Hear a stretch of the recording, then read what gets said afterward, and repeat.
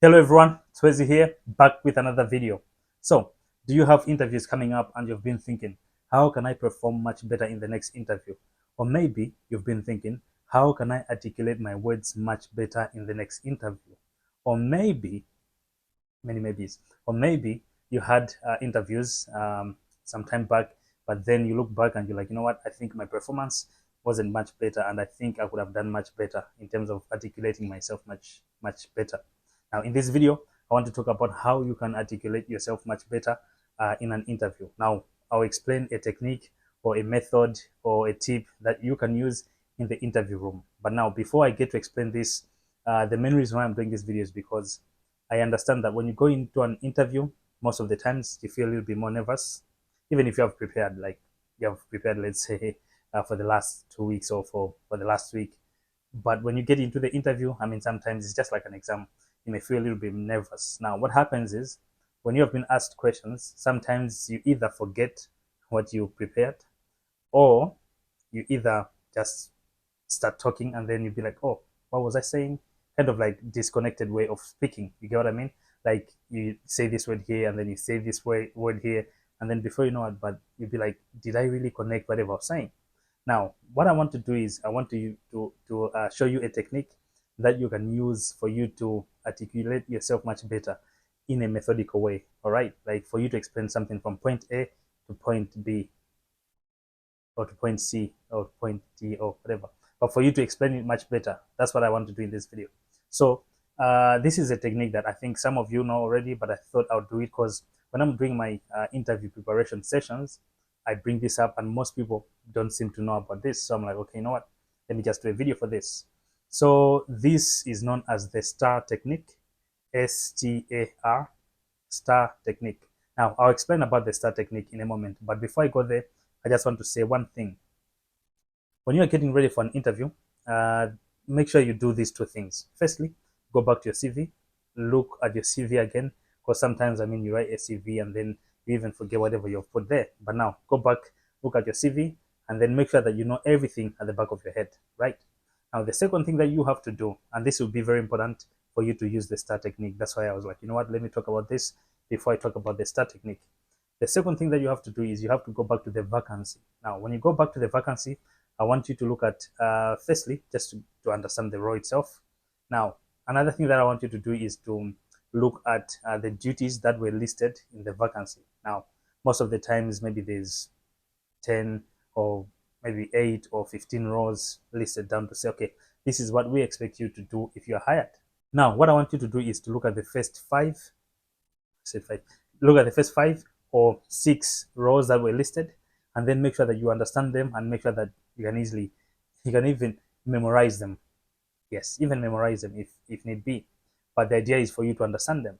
So the main reason why I'm saying you should understand these 5 rows or duties is because most of the times, if you are asked some technical questions, mostly they come from the first 5.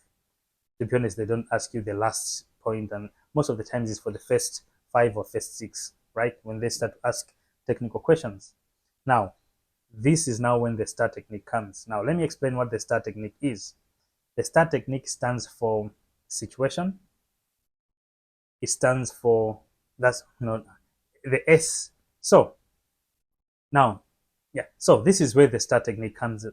So, this is where the STAR technique comes in. Now, let me explain what the STAR stands for or what it means.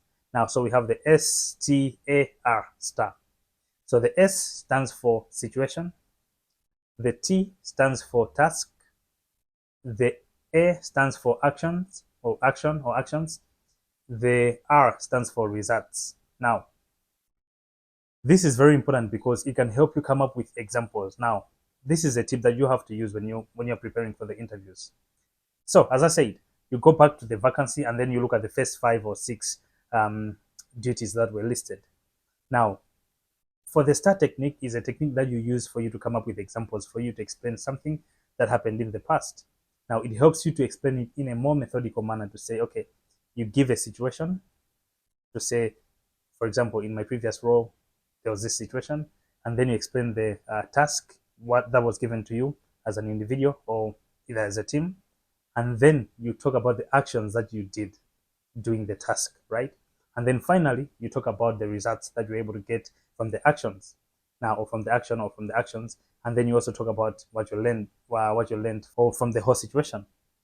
Now, you go back to the 5 duties. If possible, make sure that you come up with examples for each of these 5 duties, right? Now, I'll give an example. Let's say I work in the procurement, so I'll use procurement as an example.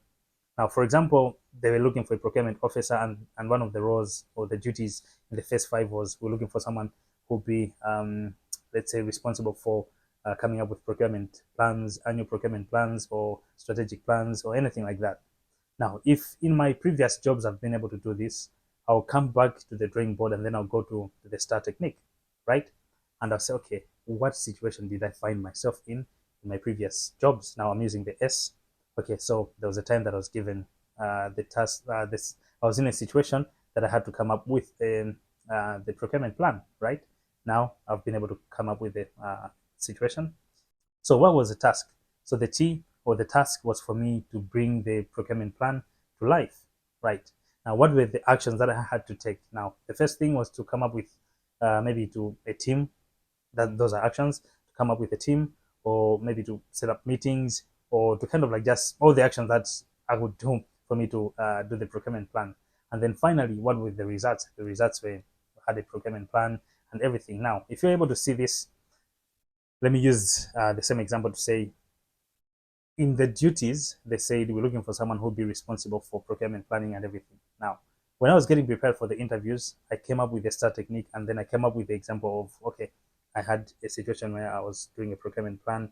The situation was this, the task was this. Now, when I've been asked questions in the interview, I can easily answer this question by the use of an example to say, okay, for example, now I start explaining the STAR technique. All right. Now, the same can be done for point number 2, 3, 4, 5. But now the key thing is the STAR technique is something that you should use to draft or to come up with good examples, or to come up with a way of explaining examples. Because sometimes you get into an interview, they ask you, for example, give us a scenario where you did ABCD.